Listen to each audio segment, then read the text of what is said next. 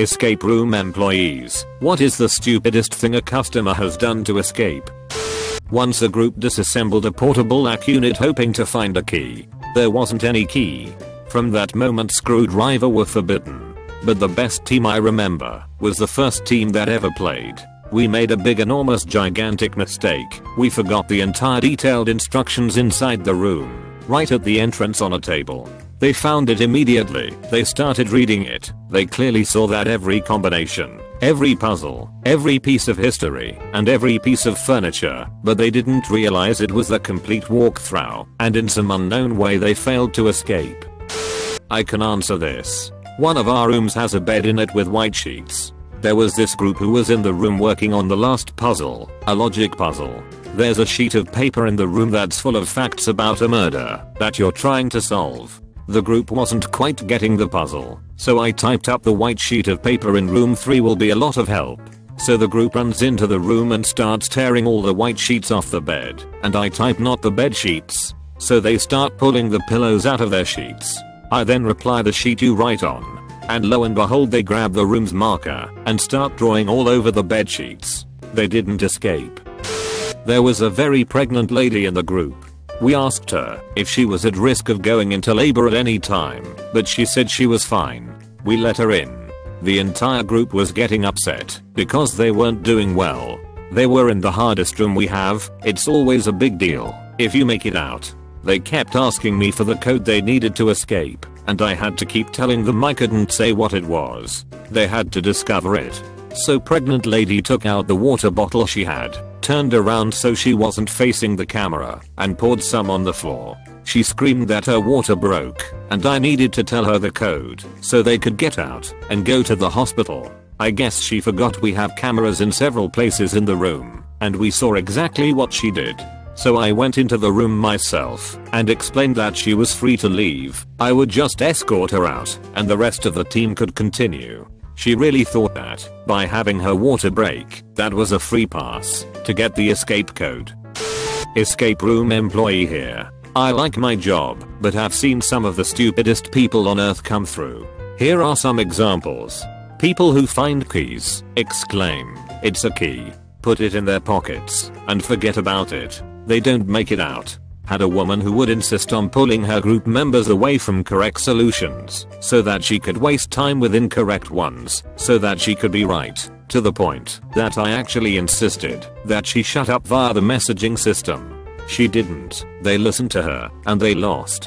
It's amazing how many times a day I type if it's unlocked, open it. We have a key in a box in one of our rooms that you get out via a specific tool that you find in the course of the game.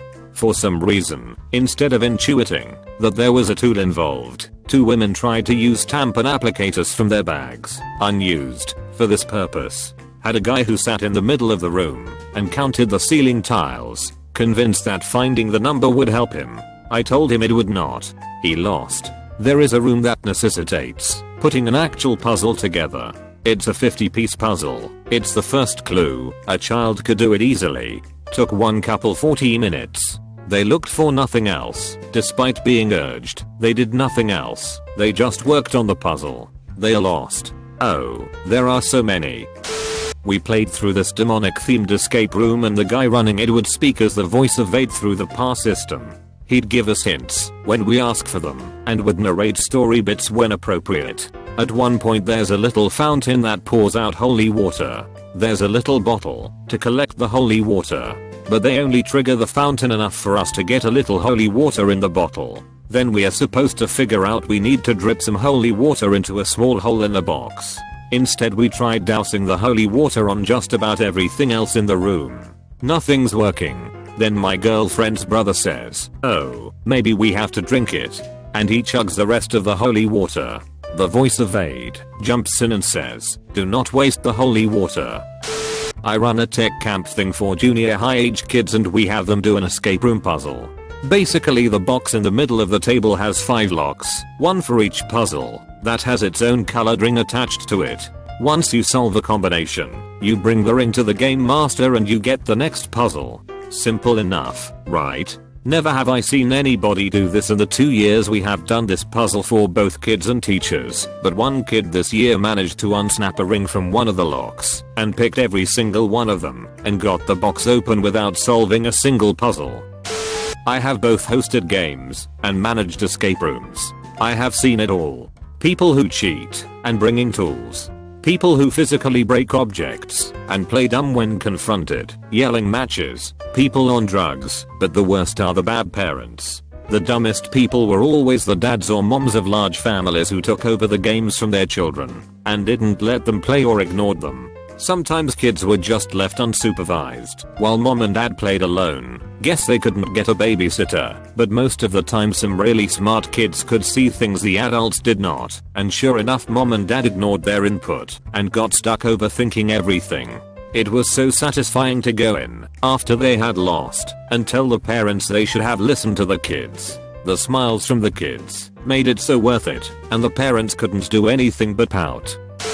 Ho ho, time to turn the tables. The stupidest thing I've ever seen in an escape room. The final challenge / lock was a locked cabinet consisting of a coiled up bicycle lock. The problem was that the bicycle lock was basically just a big 3-foot loop, and they'd only run it through the handles of the cabinet once, so there was more than enough slack to simply open the cabinet. Within the first 5 minutes of the game, somebody in our group just walked up, opened the cabinet, and we were out. My friend runs a place with 4 escape rooms. One guy got frustrated in the last chamber and just started messing with wall panels, assuming they were all hidden doors. He ended up pushing one and finding that it seemed to have a little bit of give to it. It was definitely not a hidden door. He went straight through it and put a very large hole in the wall. My friend and I had plans that night and he flaked on me because he had to fix the wall. Fuck the guy that broke through it. We created an escape room for our library, and one of the decorative props was a potted plant. One group thought there was something inside the pot and proceeded to pull the entire plant out, roots and all. There was dirt all over the floor and the poor plant was in shambles. In their defense, the theme of the room was Harry Potter, so they probably were thinking it was a man rake, in which case they should have used fuzzy pink earmuffs. Thankfully the plant was needing to be repotted anyway, so my cowhawkers and I split it up and took them home. My little piece is doing great. Obligatory, not an employee, but many months ago my friends and I did an escape room. It was a King Arthur style room, and at one point you get a sword by lining up a group of statues. You were supposed to stick the sword in this device in the center of the room. However, we were having so much fun swinging it around we didn't realize that. Not an employee but a player. I was working a puzzle on my own on one side of the room, and this tiki torch looking thing keeps falling down while I'm working on something else. I keep picking back up so it's not in the way. Finally I get frustrated and slam it into this wooden stand with a hole in it. It makes a loud bang and part of the stand comes off. I think I've fucking broken it and quickly put the piece back into place and go back to my puzzle. Of course it was supposed to open and there was a clue inside. We failed the room. Not an employee, but I often ask employees about any odd rules they have. This one room part of the goal was to identify the murderer. Also relevant as a story location was Tokyo. There was a Bluetooth lock on one of the doors, and so there was also a phone. It being a murder, the escapees thought to call 911. The staff was smart enough to remove the SIM card, but didn't realize you can always call 911. So they connect to the real emergency services. The operator gets a call that they think is a legit emergency and the escapees assume that it connect to the game master. Everyone was very confused when they said there was a murder in Tokyo and the operator says that's on another continent. Why are you calling me? I went to one last year and the organizers were giving us the rules beforehand, including things like don't pull up the carpet, don't dismantle any electric devices, etc. We were laughing that people would even think of doing that, and then they told us that wasn't the worst of it. The rooms were in an old tenement building with fireplaces. Apparently one guy in the past was positive there was a clue hidden behind the old, boarded up fireplace, so he managed to break through and climb up the shaft all before staff could intervene. They had to call the fire brigade cause the guy got lost in the maze of shafts. Oh boy. In my story, the stupid customer is my husband and me. We have done a handful of escape rooms before, in larger groups, and also just the two of us, and we are decent, not great but not bad, so we decided to do one in Montreal. When we showed up, the guy working there really hyped up the room, saying that it has a 5% solve rate, it's the hardest room they have across all locations, etc. I think that really got into our heads, because we epically failed. We did not solve a single freaking clue. We ran around the room like chickens with our heads cut off, making wild guesses and bickering like an old married couple. We are in our late 20s. We had 2 hints and had to ask for both of them through a scratchy walkie-talkie, but we couldn't understand the hint, so we had to ask them to repeat it multiple times. It was so freaking embarrassing to see the time run out and realize we had utterly and completely failed. Then to make it worse, we sat through the employee explain the whole damn thing and realized just how little progress we made. To be fair, the room was completely ridiculous and truly not designed for just 2 people. But still, I think if we had figured out at least one hint, we wouldn't have been so humiliated.